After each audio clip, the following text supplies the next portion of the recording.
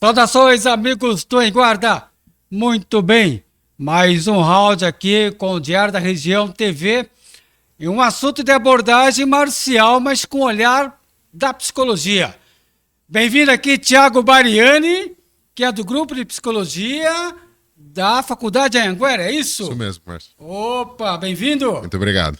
Vamos falar do Hapkido, mas com esse olhar, como posso dizer, acadêmico, tá certo falar isso? Pode ser, né? Opa. Importante você estar falando um pouquinho da saúde mental, do esporte, né? E do projeto que a gente executa com o Hapkido com mães cuidadoras de crianças com deficiência. O Thiago, ele é faixa vermelha do Hapkido, então é um praticante, deve fechar aí 2024 na preta, não é isso, Thiago? Quem dera.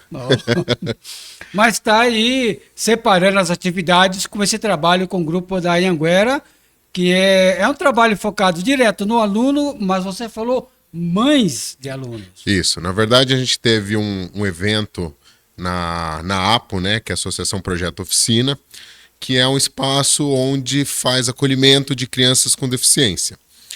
E num desses dias de projeto nós percebemos que as crianças têm um atendimento, existem políticas públicas que fazem o atendimento dessas crianças, por mais que ainda careça delas, né? Mas os cuidadores não, as mães não, né?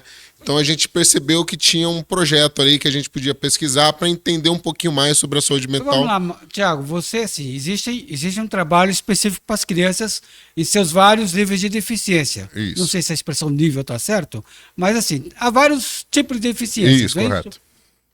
Então, o grupo da Anhanguera está olhando para as mães. Para as mães das crianças com deficiência, tá? Então, o que a gente queria entender como que essas mães vivem, né? Então nós fizemos levantamentos de estudos sobre elas e abordamos levantamos diversos problemas que elas se encontram, né? Falta de motivação, a maioria das mães não se reconhece mais como pessoas e sim como mães, né? Se você pergunta para ela qual é o nome dela, muitas vão falar, eu sou a mãe do Ricardo. Elas esquecem o próprio nome, elas esquecem de viver para elas mesmas, né? Nossa, Thiago, isso é uma pegada que a psicologia vê com, eu acredito, né, com certa importância, porque a pessoa acaba se anulando em função de uma sobrecarga e uma demanda de cuidar do filho, né? Exatamente. E esse problema acaba acarretando não só problemas de saúde mental, mas problemas que ela acaba trazendo também para a saúde física dela, né? Problemas de pressão, diabetes e outros problemas que podem acarretar por causa desse cuidado, né? Então, nosso objetivo é como que nós podemos ajudar esses cuidadores, né? Eu falo cuidadores porque tem a maioria mães, mas nós temos alguns pais também no grupo, né? Mas 90% são mães. Então a gente quer identificar o que nós podemos fazer para melhorar na saúde mental dessas mães e trabalhar com isso para ver se elas conseguem ter uma vida melhor para oferecer um cuidado melhor para os seus filhos. Então, assim, a mãe assim, nasce a criança, você vai explicar depois a faixa etária dessas crianças, mas lá, a mãe passa 3, 4, 5 anos, 6 anos, 7 anos cuidando. Chega num certo momento, ela pode desencadear um quadro clínico aí, uma doença, em função desse período todo de cuidadora. E, de repente, ela vai para o médico, vai para uma consulta, diagnosticada alguma coisa, só que ninguém olha para esse tempo que ela tem. Não é isso que você está me dizendo? Exatamente, né? Porque quando a mãe descobre, né, e geralmente descobre que está grávida, a sensação é de felicidade, né? Sim. Em grande maioria. E quando ela, às vezes, já no pré-natal, descobre que aquela projeção que ela tinha, que o filho ia ser ideal, que ele vai ter saúde, não tem, ela passa já para um primeiro processo de luto, né? O luto de perder aquela projeção que ela tinha do filho, né? E quando nasce, já vem as complicações, né? E nesse caso, onde nós atendemos, são mães de uma faixa social muito baixa, né? Que já não tem a ajuda da família, né? Já não tem um suporte muito financeiro muito bom, né? Então elas estão na margem da nossa sociedade, né? Onde muitas vezes as políticas públicas às vezes não conseguem nem chegar. Então, estamos falando de um grupo carente, de carência social. Carência tanto financeira, emocional, de saúde, de apoio, né? De muitas necessidades especiais mesmo. Quantas pessoas fazem parte dessa? Atualmente, o grupo em si tem mais de 300 famílias, né? Dessas 300 famílias, a gente pode colocar mães que têm 4 filhos e 4 filhos deficientes, né? Então, para você entender a dimensão desse projeto. E hoje, atualmente, nesse projeto de pesquisa que nós atendemos, são 40 mães, tá? Olha, é uma informação que a gente fala assim, isso acontece em situações de uma mãe ter 4 filhos e 4 filhos com deficiência. O Thiago está digamos, num fronte de periferia que a gente não bate diariamente, né? Exato. Você está ali, como fala nos filmes de guerra, tem aquele pessoal da artilharia que fica mandando fogo e tem o pessoal da infantaria que está lá, os fuzileiros que estão lá no fronte, baioneta a baioneta, né? A realidade é outra. É isso que você está me contando. E é muito, muito importante isso que você fez essa analogia com guerra. Recentemente saiu uma pesquisa, tá? Fugiu a faculdade agora, uma faculdade na Inglaterra, que acompanhou mães de crianças com espectro autista por um determinado tempo, né? E o nível delas de estresse é compatível com soldados em fronte de batalha. Tá? É compatível. Então isso assim causa um problema muito grande emocional para essa mãe, porque chega uma hora que a gente acaba não conseguindo mais lidar com os problemas e eles vão se acumulando. E a criança dependendo do nível ali da dependência da mãe, ela acaba sendo prejudicada também. Então o que a gente vai fazer? Buscar métodos alternativos de saúde mental para essas mães, seja ela com terapia em grupo, seja ela com terapia individual, seja ela com esporte. Né? Porque muitas das reclamações delas primeiro, o abandono do marido, o abandono do companheiro, tá? Isso é fatal. Isso é fatal. Praticamente assim. Grande maioria esmagadora, tá? Grande maioria esmagadora. O pai que não nunca assume o filho com deficiência. Assim. Não. São poucos, né? A gente já tem o abandono de crianças que não têm deficiência, né? Que são abandonados. Isso. E com a deficiência, pior ainda, né? Essas mães não têm o apoio, né? Dos maridos, os abandonos. Então, elas se sentem culpadas, né? Pelo que está acontecendo. Elas se sentem amadas. Elas se sentem fora do padrão estético de beleza. E sem felicidade, sem vontade de viver, né? Então, como que nós vamos trabalhar de uma forma mais barata que a gente consiga atingir? Esse é o nosso projeto. São fazer rodas terapêuticas com mães determinadas do mesmo assunto e dentro dessa roda identificar problemas. E um dos problemas que nós identificamos falta de ânimo, não se sente bonita, se sente muito parada, e foi aí que a gente pensou, poxa, podemos implantar talvez uma arte marcial aqui para elas fazer. A cultura brasileira, para esse olhar com relação a qualquer tipo de deficiência, ainda é discriminatória, né? A gente é um processo lento para mudar isso. E muita das mães que falam lá, elas falam assim, eu não sou guerreira. Não é questão de ser guerreira para elas. É uma necessidade elas serem daquele jeito, né? Muitas delas nem gostam de ser chamadas desse jeito, porque são filhos delas.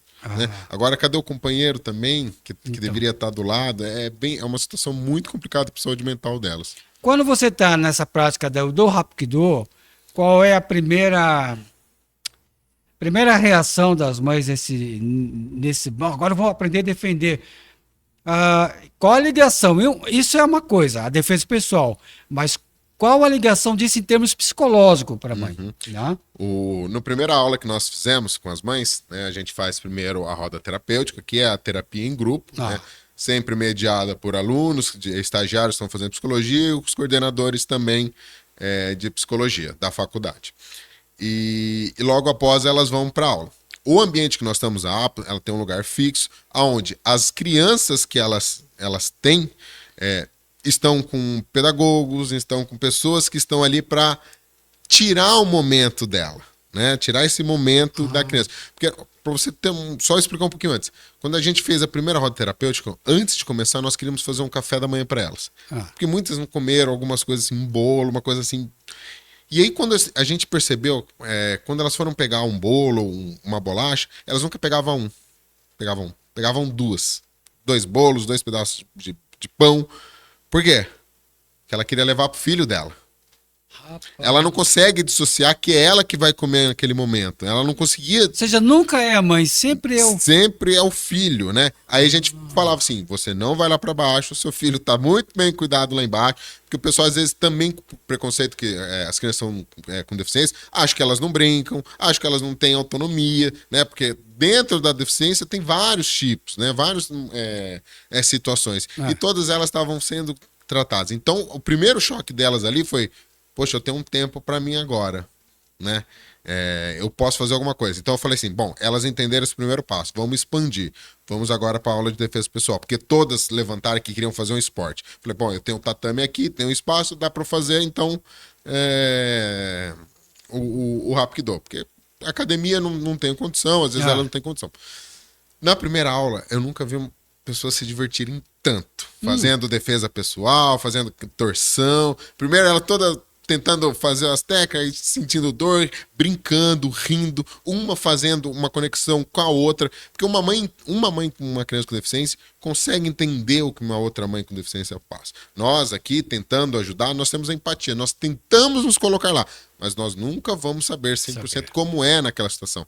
Então, o primeiro movimento que a gente sentiu dessas mães foi um sorriso que fazia tempo que elas não soltavam. Uma felicidade de fazer uma coisa nova depois de anos. Eu tenho mães lá que tem uma criança com crianças com TEA, né? Que a criança, o filho dela tem 40 anos. Então faz 40 anos que essa mulher, essa mãe, nunca fez nada de novo, nunca mais saiu, né? Então aquele momento que ela viu, falou assim, nossa... teve mães tirando foto, postando já no WhatsApp, Instagram dela, falou assim, agora eu sou lutadora, agora eu pratico uma arte marcial. Então já no primeiro encontro a gente percebeu algo libertador nela, de ela se sentirem novamente dona do próprio corpo, capaz de fazer uma coisa nova. E claro, com todos os benefícios que você mesmo sabe, o que a arte marcial, o que o esporte traz para a saúde mental, a liberação de neurotransmissores que traz felicidade, bem-estar, né? Então, é essa importância que nós estamos trazendo lá. É pegar terapias, pegar esporte, pegar arte-terapia. Muitas mães gostam de fazer laços, coisas manuais para fazer também. Então, é buscar alternativas para essa mãe. E o esporte, além de trazer tudo isso, também traz o bem-estar estético para elas. Porque algumas já falam assim, nossa, eu botei uma meta, agora eu quero emagrecer, quero voltar a vestir uma... Elas começaram a botar metas para ela mesma novamente. Então, a gente viu que o esporte também é uma forma muito bacana de terapia para essas mães. Você acaba levando essas mães para um cenário, né, de resgate. De resgate. De resgate. E é um resgate não só, aí eu trago pra gente agora, não só para essas mães, mas também para os praticantes de arte marcial, né? Pra gente entender o quão é forte o que nós fazemos, o quão é importante na vida. Se para nós que não temos, né, nenhuma conformidade, nenhuma coisa, comorbidade, perdão, nenhuma coisa, né, aparente que necessite uma necessidade a mais, já faz um bem, imagina para uma criança. E agora também as crianças vão começar a fazer as aulas com as mães também, porque aí tem uma interação não de cuidado, mas de algo, aprendizado, uma atividade em conjunto que traga um benefício para os dois. Eu ouço muito, já tenho conhecimento de vejo alguns professores que fazem alguns trabalhos assim com crianças com deficiência. Eu já vi capoeira, já vi judô, já vi algum outro sistema assim de crianças cadeirantes. Aí eu pergunto, é uma pergunta que eu faço agora para você, Thiago. Eu não sei se esses professores, se esses mestres, eles fazem aquilo porque eles têm condições de fazer numa demonstração. Se há um acompanhamento já psicológico sobre isso, porque não tem como eu tratar um aluno com deficiência sem um amparo psicológico de um profissional. Lá na APO, lá na ONG que nós trabalhamos, tem o mestre Ney, que ele é capoeirista, né? E ele faz capoeira adaptada para crianças com deficiência, né? Depois eu te passo contato, que vale muito a pena. Opa! Ele tem uma longa estrada sobre arte marcial com crianças com deficiência, né? Eu vou usar até o exemplo do mestre Eric aqui, que ele, além de ser um mestre de Hapkido, de ser um professor de Hapkido, ele também trabalha com a pedagogia, trabalha com a psicologia do esporte, ele tem uma forma de explicar melhor aquilo para o aluno. E eu acho que o artista marcial, a pessoa que sobrevive, que é o profissional disso, é bacana ele se especializar. Porque falta muito profissional que entenda como trabalhar com uma criança que tem autismo. A gente já recebeu crianças que não tinham nenhuma dificuldade, que dava muito mais trabalho do que uma criança que tem uma deficiência específica, né? O trabalho é ser empático, sabe? Entender as dificuldades de um, entender as dificuldades de outro. Quando a gente chega lá no mestre Eric, ele sabe que uma pessoa que começa lá com 60 anos de idade pode chegar na faixa preta. Então, lá na própria Korean Tiger, ele inclusive foi dar aula lá pro pessoal. Tem um faixa preta com deficiência. Normal. Ele, inclusive, lutava em campeonato. O Eric até falava que era difícil não deixar ele treinar. O Thiago fala mestre Eric Barbeiro, isso, né? Que é um dos grandes nomes da arte marcial no Brasil, hein? Com relação ao Hapkido, está entre os melhores aí no cenário internacional, né? Então tem um atleta faixa preta com deficiência? Tem sim. Eu esqueci o nome dele agora, mas tem lá na Korean Tiger mesmo. E o Eric disse que nunca teve problema. Eu acho que é questão de ser empático, de perguntar, não tem problema nenhum perguntar para a pessoa, você precisa de algo? Como que eu posso talvez melhorar a condição? Cabe do professor, né? De entender como ele vai ensinar para aquela criança, para aquela pessoa que tem uma deficiência, porque até a gente tem uma troca de aprendizado, porque a gente aprende com eles, ele aprende com nós. Então é essa simbiose de trabalhar em conjunto com pessoas, porque todos são humanos, tá? Todos são humanos, cada um com as suas particularidades. Como assim, em geral, olhar de alguém quando bate os olhos e vê alguém com uma deficiência, é natural um recuo. É isso? Natural um recuo. Quando você fala em empatia, isso tem muito a ver com a informação que a gente traz de... Eu me lembro que até os anos 70, 80 falava-se mongoloide, por exemplo, né? Para síndrome de Down. E hoje está se quebrando muito dessa barreira, não é verdade? Tem muito síndrome de Down com síndrome praticando arte marcial. Tem. O pessoal da capoeira, inclusive, a grande maioria, se não me engano, são crianças com síndrome de Down. E, inclusive, lá na APO também tem um futebol, um time de crianças com síndrome de Down. Jogam melhor do que eu, inclusive. Então, a Federação Paulista, ou a Confederação Paulista, ou a Federação Paulista de Futsal, ou a Confederação Brasileira de Futsal, tem uma seleção de Down, né? Então, espetacular. Se você for ver a nossa seleção paralímpica, né? De todos os esportes, o Brasil sempre está no topo. Verdade, nossos paralímpicos... Infelizmente, ainda com pouco incentivo, né? Governamental para o esporte, né? Mas sempre está ali. Então é possível trabalhar, né? Tiago, você e seus colegas aí da Anhanguera estão realmente pisando, digamos assim, no terreno bem assim que o pessoal a maioria passa de longe, né? Então, hoje você está num trabalho assim intenso, muita gente lá que vocês estão cuidando, é um desafio, mas o enfrentamento de vocês com relação ao sistema, quando eu falo sistema, a nossa conjuntura social, é mais fácil cuidar diretamente da mãe e é mais difícil enfrentar o sistema do que cuidar da mãe, por exemplo? E aí que está um ponto bem interessante que você falou. Quando uma das mães fazendo a aula, ela falou assim, por que não tem isso para as mães? Né, eu tenho isso para o meu filho, por que para mim não tem? Então a gente começou a identificar ponto positivo. As mães estão começando a pensar fora da caixa. Tá? Então, qual que é a ideia que elas estão pensando agora? Pô, nós passamos por tal dificuldade na cidade, né? Não temos o incentivo que precisa. Elas vão se juntar, pensar, nós conseguimos pessoas que trabalham com direito, que trabalham com diversos fatos, para elas montarem uma política pública e encaminhar para o vereador, para o prefeito e começar a cobrar. Então elas começaram a voltar a não ser apenas mães. Vamos explicar. Nossa, você acabou de acender um estopim, então é isso? Elas, na verdade, elas começaram. Então... O nosso objetivo lá, principalmente com o tipo de abordagem que nós fazemos com ela, que é uma abordagem voltada para o humanismo, é elas entenderem que elas são capazes e elas juntas encontrem uma solução para o problema delas. Tá? Porque eu posso entender que é um problema ali, mas eu não consigo transmitir aquilo da melhor maneira possível. Então, elas estão se juntando e vendo coisas que elas poderiam melhorar na parte de políticas públicas. Nós, enquanto terceiro setor, a gente vai estar lá chegando onde a mão do Estado e a mão privada não consegue chegar. Fazendo trabalho voluntário, fazendo trabalho que a gente consegue atuar. Tinha mães lá que fazia 10 anos que não iam no médico. E depois começou a fazer esporte, começou a fazer o Hapkido, já foram fazer exame, já foram buscar uma melhoria para ver se pode se cuidando. Tá se cuidando. De repente já vão até no cabeleireiro, já se mudam o visual, né? Muitas delas criaram meta lá para ir no cabeleireiro. Olha aí. Né? Para elas se cuidarem, para passar um batom, para elas se sentirem felizes olhando no espelho. Porque muitas olham no espelho e não conseguem se enxergar. E vocês, como tem esse olhar da psicologia, vocês vão marcando essa linha do tempo da evolução? Sim, né? Nesse caso, como é um projeto de pesquisa e tem estagiários envolvidos também, tudo é anotado, tudo vai ser quantificado e, se tudo é certo, vai ser publicado para que outros lugares...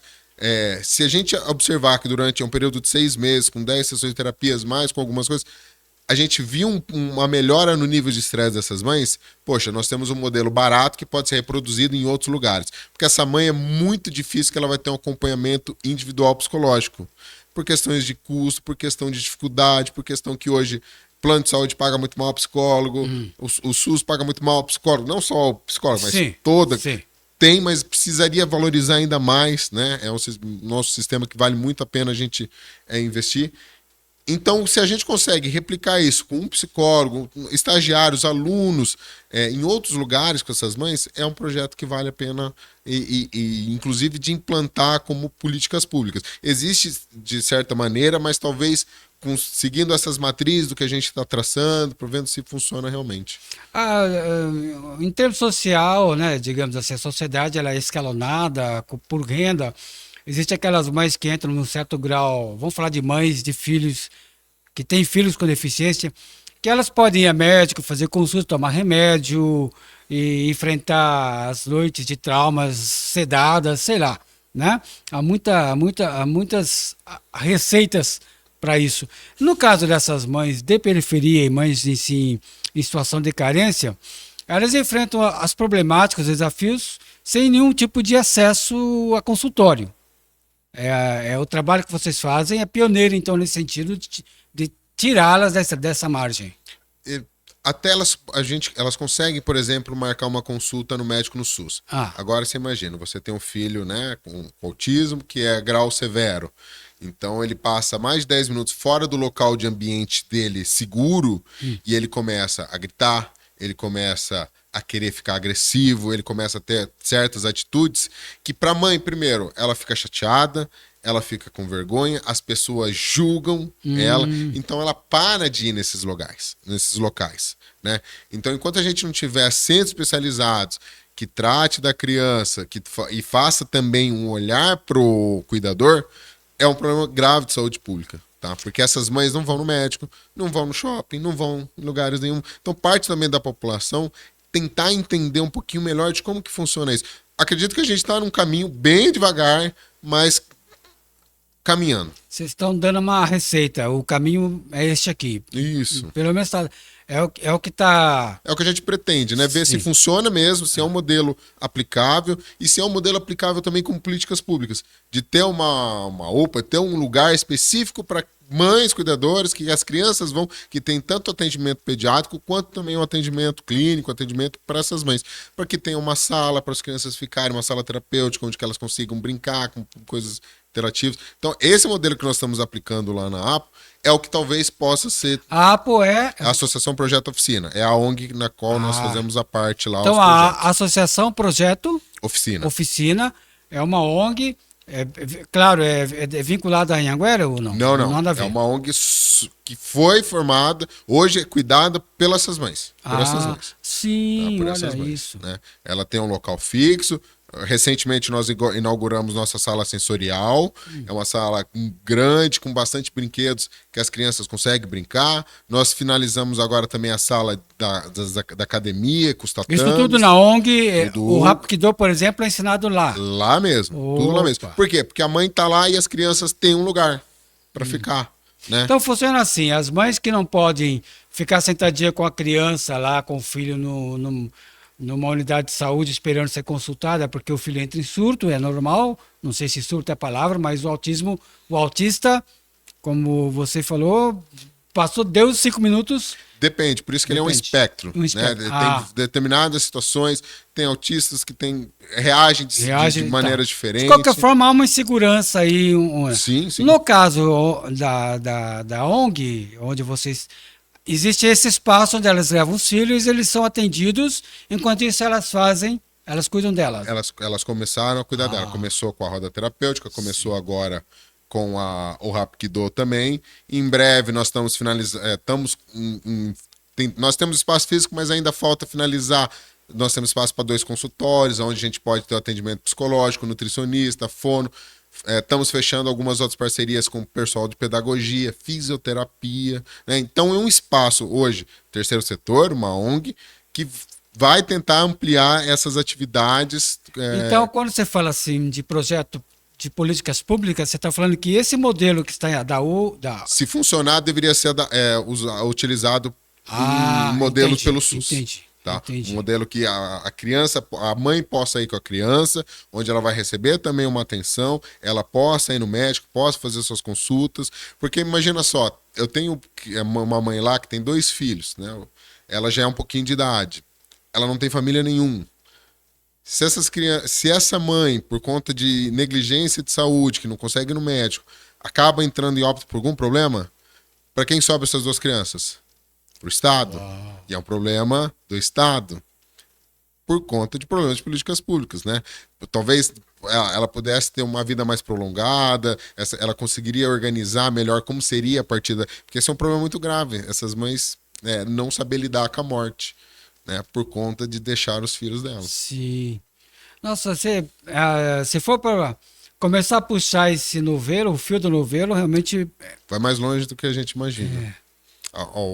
A doença, a saúde mental, na verdade, delas é muito prejudicada. Muito prejudicada. De a gente, a princípio, quando começa a escutar os relatos, em nenhum livro que a gente tem na faculdade, nenhuma consegue expressar pra gente como a gente vai cuidar. A gente primeiro precisa criar esse laço de empatia como profissional da área de saúde, de entender melhor para depois começar a aplicar aquilo que a gente aprende na teoria. Tá? Você está falando que essas mães, assim, a gente vê as mães cuidando dos filhos, são mães. Mas quando você passa a olhar para essas mães, você vê almas feridas assim com traumas profundos. Sim. Né? E muitas delas falam que a vontade dela não é mais estar lá. E isso é muito grave. Muito grave. Muito grave. Porque o medo delas é que quando elas morrerem, não é o filho ser abandonado. Porque existem lugares que vão acolher essa criança, mas amar esses filhos. Quem vai amar essas crianças? Essa pergunta tem resposta?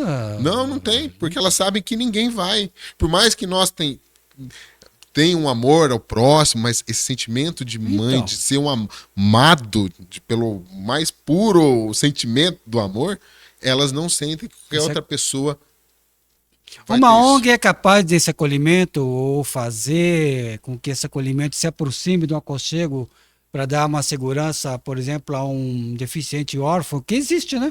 Sim, esse é o nosso objetivo, de trabalhar a saúde mental dessas mães, para ela também se organizar para esse período. Porque todo mundo, né, quem tem filho, tem alguma coisa, nós precisamos também nos programar para necessidades que não estão no nosso caso, né? Então, para elas entenderem que a morte é um rito de passagem, né?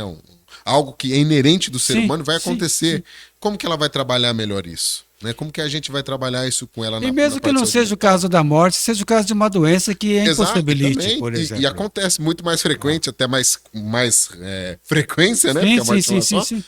do que a gente quer, né? Uma gripe forte. Porque tem mãe que tem que carregar uma criança de 70, 80 quilos. Então. Que assim, uma criança que não faz força para ajudar, que precisa ser carregada. Né? Então, E aí nós estamos falando de primavera, verão, outono e inverno, né? Ou rua asfaltada ou rua Exato, sem asfalto. Exato. Ou lugar plano ou morro de periferia. Exatamente. E a mãe tem que levar a criança. Tem que levar a criança. Então, assim, se o nosso modelo que a gente entende que pode ser aplicado, né, na sociedade, através do SUS, elas vão lutar para ter esse espaço. E dá para fazer, não é impossível. Quando você começou a trabalhar com essa pesquisa, seus colegas imaginavam chegar a esse ponto de possibilidades, né? De uma ONG, de se ampliar num projeto de política pública? Havia essa visão anterior ou foi assim, foi um crescendo? Então, no começo, foram 3 pessoas que começaram o projeto. Eu, minha colega Cíntia e a minha colega Vanessa. Nós somos os 3 responsáveis ali pelo projeto, junto com o professor Hamilton, que é também o coordenador, era o coordenador de estagiários, hoje ele é professor lá também, coordenador do projeto. A gente queria ajudar, mas eu falo que eu sou inconformado, sempre. Sempre fui inconformado, sempre um revoltado. E eu espero continuar assim para sempre. Que bom. Eu me deixo muito triste a gente ver um jovem que fala, tá tudo bom. Não tá tudo bom, dá para melhorar, né? Então eu já comecei a verificar alguns pontos que a gente poderia melhorar. E quando elas se sentiram empoderadas, vamos dizer assim, de que elas sofrem, que elas podem cobrar isso daí, para mim foi assim, chegamos talvez onde a gente poderia melhorar.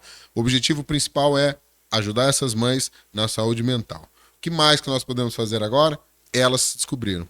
Elas viram que tinha uma potência melhor de se juntarem e cobraram, porque juntas elas são muito mais fortes do que 1 ou 2 grupos de alunos cobrando por algo que nem é nosso, né? Que é um direito de fala delas, que é algo que elas passam.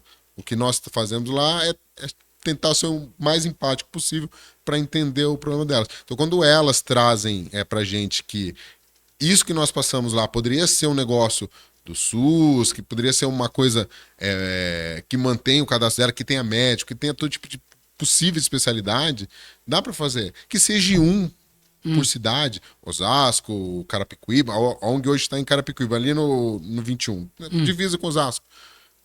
Que tem uma coisa mais integrada, né? Que, às vezes tem um hospital para criança, tem bons hospitais para criança com deficiência, mas fazer a junção dos dois talvez seja algo que a gente está identificando que possa funcionar bem legal. Agora voltando a falar da arte marcial, do Hapkido. Hapkido é uma técnica muito eficiente, ela envolve luta agarrada, luta em pé, rolamentos, chutes. E você está falando de mães que estavam enterradas em si mesmas, né? Sim. E de repente se joga numa arte marcial que é ampla, complexa, como tem sido esse beabá, né, marcial para essas mães fazerem rolamento, chutar e tal, e fazer luta agarrada, como tem sido isso? Dos relatos das mães que conseguem, elas não podem trabalhar, né? Por conta dos benefícios que a criança recebe, mas é um benefício muito pouco. Então algumas mães acabam fazendo alguns tipos de serviço por fora. Muitas delas reclamam de assédio, né? Em ônibus, em trem, né? Então, quando o mestre Tadal, que foi a primeira aula, falou assim, imagina só, você tá lá no trem, o cara agarrou por você por trás, pau, dá um pisão no pé dele. O sorriso delas ali falou assim, olha só. Né? Agora eu vou me defender, porque é assustador. Né? O quanto ela já sofre. Isso acontece, o assédio é uma coisa que acontece pesado, né? Acontece todo dia, todas elas. Não importa o tamanho, não importa nada. Sendo mulher, o cara chega e acha que vai e pode. E sempre por um homem. É. Né? Então é isso que a gente tem que entender, nós artistas marciais, entender a complexidade disso e talvez tentar... Então essa mãe, cara, essa mãe de filho com deficiência que tem vivido anos e anos isolada, hoje ela tem um grupo, né? Ela faz parte de um grupo, de um coletivo, que isso é importante, né? Isso. Ela está se identificando, ela está se olhando no espelho, e ela já sabe dar um pisão no pé de um macho. Já. Opa! Elas ficaram felizes. Elas falaram assim, como que eu bato num cara? Aí o mestre Adalta, que foi um dos faixa preta do mestre Eric que tá dando aula lá, Ensinou várias técnicas para elas. Então isso é preocupante. Por mais assim que elas se divertiram, mostra mais uma camada de sofrimento que essas mães sofrem, né? O abuso constante do corpo delas, o abuso constante da violação da vida delas, né? Que também não é só o Rápido que vai ajudar, Sim. porque a defesa pessoal se der, corre. Né? Claro. Em últimos casos, nós usamos, né? Então imagina só todo dia essas mulheres já sofrem ter que pegar um trem e sofrer assédio, é complicado. Então elas já começaram a sentir um pouco mais, voltar à coragem, né? Voltar a ter mais algumas atividades. E o Rapkido, o esporte tem feito muito bem para elas. Algumas já me perguntaram porque elas estão fazendo sem dobô, porque elas estão fazendo... Perguntaram se elas vão ganhar dobô, faixa. Dobô, explica o dobô. Dobô é o kimono, né? Kimono, né? O japonês usa kimono, né? Para o Jiu, karatê, outras formas de luta japonesa. O Kung Fu, a gente usa Ifu, que é a nossa roupa. E o dobô, que é o do Rapkido, coreano. Coreano. Então elas já querem saber se elas vão fazer exame de faixa, né? Então o projeto que tá para expandir, né? Lá tem agora para as crianças jiu-jitsu adaptado também, um professor que está fazendo aula lá. Não, um pouquinho, você falou, Thiago, vai. Exame de faixa, tá na programação isso para elas? Elas me perguntaram hoje, eu vou falar pro Érica agora para ver se a gente consegue fazer alguma coisa mais legal para elas. De vez fazer quinzenal, como elas estão fazendo, tentar todo sábado para elas, né? Para elas se sentirem um pouco mais felizes, um pouco mais com bem-estar também que a saúde faz. Uma das mães, inclusive, ela era corredora antes de acontecer, já ganhou medalhas. Ela voltou a treinar semana passada. Ela deixa o filho dela lá e sai para fazer Retomou a vida. Na verdade, ela deixa o filho dela em outra terapia, né, que ela conseguiu. E vai fazer agora a corrida, e ela falou que até o final do ano ela vai fazer a São Silvestre. Então, assim, esses pequenos melhores que a gente sente com o esporte, trazendo uma melhoria para a saúde mental da mãe, não é só a terapia, não é só falar com o psicólogo, são várias coisas que a gente pode fazer a melhoria da saúde mental daquela pessoa, né? Tiago, você falou de empatia. Eu não sei se empatia é um valor humano, mas eu não sei que nome dá para empatia. Mas hoje é uma carência social, assim, esse olhar da empatia, porque muitos fazem para proveito próprio, para se promover, para colocar nas redes sociais. Mas o trabalho assim, isolado, a empatia verdadeira, a gente ouviu muito isso em relatos assim religiosos que as pessoas fazem e ninguém vê. Mas essa empatia, digamos assim, na sua convivência, né, como psicólogo, né? Ela ainda está num grau de carência, esse olhar nosso, olhar empático de verdade? Eu tento me basear nas pessoas que são empáticas. E é nelas que eu foco o olhar. A Simone, que hoje é presidente da APO, ela, para mim, é uma demonstração do que é ser uma pessoa empática.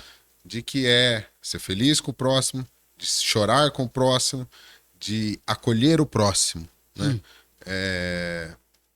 Claro, nós vivemos uma sociedade que é muito egoísta, que a gente viu no momento da pandemia o quanto nós tivemos problemas de egoísmo, né? Então, mas eu não busco olhar essas pessoas. Eu busco pegar essas pessoas que têm essa empatia, que são pessoas boas com os outros, independente de cor, credo, religião, independente de qualquer coisa, né? São essas pessoas que acabam movendo aquelas pessoas que estão sofrendo. Então, as pessoas que não têm esse olhar de empatia, às vezes elas aprendem. Às vezes, quando precisa de uma necessidade, elas aprendem. Né? Mas também não tem como a gente forçar a empatia, amor ao próximo para os outros. É um processo interno, é um processo pessoal de cada pessoa. Você, enquanto praticante de arte marcial e também agora lidando na psicologia, né? Futuro psicólogo, é isso? Eu posso falar isso, né? Então, o quanto você entende ou você sente, né? Que é uma coisa pessoal sua, que o seu treino marcial, digamos assim, dá aquele up nessa sua jornada acadêmica. Eu vou usando até novamente o mestre Eric. Eu não sou o melhor artista marcial, não sou o melhor lutador. Eu gosto de estar lá. Eu gosto de treinar. Eu saio de lá com aquela sensação de, nossa, cansado, pingando horrores, falei assim, nossa, hoje foi legal. Então, às vezes eu tinha medo de fazer, o Hapkido tem os saltos, queda, e às vezes eu tinha medo de fazer, e o Eric era um cara que ensinava, e o ato de ensinar é um ato empático, de você ter paciência com o próximo, né? Então, muito daquilo que eu aprendi com o mestre Eric sobre ensinar é sobre o que é ser empático também, de entender as dificuldades. O Eric nunca me obrigou a fazer algo que eu tinha, assim, algo que eu não conseguiria fazer. Não dá para fazer isso, às vezes, com a pessoa. Né? Ele tem o entendimento que aquela pessoa tem certa limitação. Talvez ele tenha maneiras diferentes de fazer eu chegar lá, como ele conseguiu várias vezes. Né? Então, eu acho que esse ato de ser empático dentro da arte marcial é entender o limite da pessoa e como você vai dar ferramentas para ela superar esses limites. Tá? Não é só falar assim, não, você vai fazer esse chute aí na cabeça do... Mas antes você precisa fazer o quê? Alongamento. Você precisa fazer, entender como movimenta o seu pé e explicar isso, às vezes, para uma pessoa que não é tão rápida em esportes. Para mim sempre foi difícil, porque às vezes você ia numa academia dessas que a gente até comentou, cheio de brucutu, cara, você vai fazer isso aí, pronto. Dependendo para criança, dependendo do tipo de pessoa, ela não aprende. Não é, o ensinamento não é um método. Não é um método que todo mundo vai seguir aquele método. Não é externo, de fora para... Exato. Às vezes é individual, de entender as dificuldades. Então, quando você vê um professor desse, que nem o mestre Eric, olhando para cada aluno, vendo sua dificuldade e dando ferramentas para ele melhorar, isso é empatia para mim na arte marcial. É entender ali como que trabalha com aquele aluno. Porque ele, primeiro, pensando no comercial, ele fideliza o seu aluno.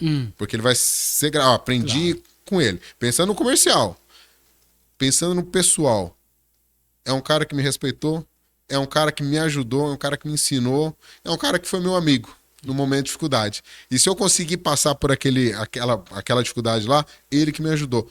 Aí tem duas mãos de empatia, né? A arte marcial, eu acredito que ela é 100% empática nesse sentido, né? Porque não tem como ensinar ou aprender ou compartilhar arte marcial sem esse conceito do mestre com o aluno, é empatia pura. Sim. Por isso a gente fala que mestre sempre é pai, né? Isso, independente do ramo, o mestre sempre é aquele paizão que dá umas cacetadas nas gente mais. É importante também, né? Opa, faz parte, sim. A sua ONG, você disse que fica entre Osasco e Carapicuíba, entre Carapicuíba e Osasco, exatamente onde? Fica na Rua Brasília, 40, na Coab 2, bem na periferia. Tá? Então, nós estamos num local que muitas vezes uma sociedade acaba não vendo, né? Com necessidades que a gente acaba não sabendo. Eu falo muito pro pessoal lá da faculdade, para eles irem até lá. Porque nem sempre vai chegar coisas fáceis no consultório. Não vai atender pessoa cobrando R$600 a consulta. Não, às vezes não vai. Às vezes você vai se encontrar como pessoa, melhorar como profissional fazendo um trabalho lá. Para entender as dificuldades. Para entender como que o processo de desenvolvimento infantil com uma criança com deficiência sem terapia, como que funciona, como que poderia melhorar. Né? Então, é importante estar tendo esse trabalho como... Então, é um grupo de 40 mulheres hoje? Hoje, o nosso grupo de pesquisa são 40 mulheres, né, que fazem a roda terapêutica, que tem o acompanhamento das crianças com os pedagogos e que fazem a arte marcial. Arte marcial. E o grupo todo que dá conta dessas 40 mulheres? Hoje nós somos um coordenador da psicologia, eu, a Vanessa e a Cíntia, mais os estagiários. Então, na parte de psicologia, são mais ou menos 20 pessoas envolvidas. Agora, para fechar, como que você pode... Claro que pode puxar todo tipo de argumento para a sua arte marcial, não há problema. Mas a compatibilidade entre arte marcial e psicologia. Antes de começar com o mestre Eric, eu fazia com o mestre Sidney, né? Ele era um amigo meu, ele era um cliente da minha empresa. E ele sempre falava, né? Como muitos mestres falam, a melhor arte marcial é aquela que você faz. É aquela que te faz bem. Claro. Né? E eu me senti bem no Hapkido porque ela me desafiava muitas coisas, né? No Hapkido tem luta de pé, luta no chão, a parte de acrobacia, que pra mim é um terror, fazer queda, fazer saltar um cara inteiro, pra mim era um terror. Quando eu consegui fazer aquilo, eu falei, caraca, Eu tô pulando, postei no vídeo. Tem até uma foto fazendo uma voadora, meus amigos fez montagem do Sub-Zero. De eu me sentir pertencente de um grupo. Então, pelo menos na academia, não só apenas a arte marcial, mas a academia em si, na qual eu faço parte, me trazia uma sensação de pertencimento. E isso para qualquer ser humano é importante. Nós não somos pessoas lobos solitários. Nós somos pessoas sociáveis. E isso, dentro do Hapkido, me trouxe muita coisa boa. E que eu guardo com muito orgulho de ser praticante. Hoje eu estou um pouquinho falho lá por conta dos projetos, mas se tudo der certo, em breve eu estou voltando. E agora agora você pode falar da ligação entre arte marcial e a psicologia, o quanto isso, numa balança, digamos, imaginária, né? Se tá ali se a arte marcial, ela é uma boa ferramenta, de fato, para esse trabalho. É muito importante, porque a arte marcial a gente aprende coordenação motora, né, equilíbrio, conhecer o nosso corpo, dar um chute alto, não é só dar um chute com uma perna, é ponto de equilíbrio, é como você vira o pé, então você tem um entendimento melhor do seu corpo. Nós descarregar a energia através da arte marcial traz benefícios para a nossa saúde mental, porque o nível de estresse nosso diminui e acaba trazendo mais clareza, mais coisas positivas para a gente. É imprescindível, como uma fonte extra de terapia, a arte marcial. Maravilha! Hoje nós tivemos aqui um cenário diferenciado, né? Um trabalho de uma ONG aí entre Carapicuíba e Osasco, que cuida de mães que tem aí uma missão feroz, né, digamos assim, de enfrentar uma sociedade que não tem um olhar, mas graças ao trabalho aí que está sendo desenvolvido, existe a ONG, não é isso? Isso. Tá? E que está fazendo esse trabalho de olhar para essas mães e cuidar delas com arte marcial também. Também. Ô, meu grande Thiago, um prazer te conhecer, nos conhecemos hoje aqui no programa, e muito feliz por todo esse trabalho, desejando que, de fato, isso daí seja um projeto público. Muito obrigado. Eu agradeço o convite, agradeço também todas as mães que confiaram na gente. Não é fácil, né? A gente ainda lida saúde mental como você até falou lá atrás, de mongoloide. A gente fala assim, não vai no psicólogo não, você é louco? Né? É muito comum a gente escutar, não vai no psiquiatra, porque você vai tomar remédio maluco. Mas, gente, se a gente está com dor no estômago, nós tomamos um remédio para o estômago. Se nós estamos com um problema psiquiátrico, nós tomamos um medicamento psiquiátrico. Nós precisamos romper essa barreira de que doenças psicológicas, que precisa de uma intervenção até às vezes farmacológica, é algo ruim. Não, é algo bom a gente procurar melhorar. Não é bom viver com ansiedade, a ansiedade excessiva, claro, a ansiedade também traz alguns benefícios, viver com depressão, viver com problemas que acabam trazendo coisas ruins pra gente. É importante sim, nós precisamos quebrar essa barreira, inclusive dentro da academia, falar sobre a saúde mental e o esporte, como que uma coisa liga com a outra.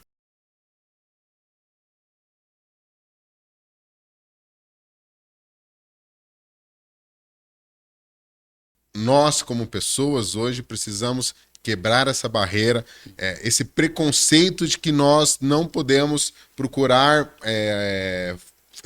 pessoas profissionais que cuidam de saúde mental, psicólogos, psiquiatras. Foi aquilo que eu falei, se a gente está com uma determinada doença, a gente toma um medicamento se precisar para aquilo, ou algum outro tipo de mudança de alimentação.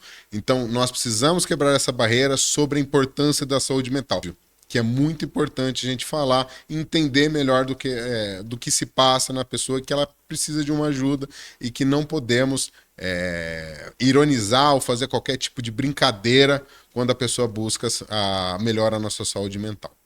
E para fechar, com arte marcial fica ainda bem melhor, não? Bastante. Thiago, muito obrigado pelo mestre. esclarecimento e parabéns pelo trabalho. Amigos do Em Guarda, saúde e paz.